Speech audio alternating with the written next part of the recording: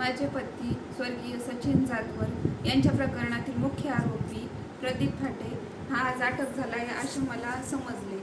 तर उशिरा का होईना पण मला आज कुठंतरी न्याय मिळाल्यासारखा वाटला आणि त्याच्यासाठी बीडचे SP sir, DYSP madam, IO sir आणि LCB टीम आणि संबंधित सर्व टीम यांचे मी मनापासून आभार मानते. उशिरा का होईना आरोपीला अटक केले आणि मला न्याय दिला, त्यामुळं मी त्यांची आभारी आहे. आणि सदर प्रकरणातील आरोपी जर आपण त्याची सखोल चौकशी केली गेली तर या प्रकरणातील भरपूर गोष्टी बाहेर येतील.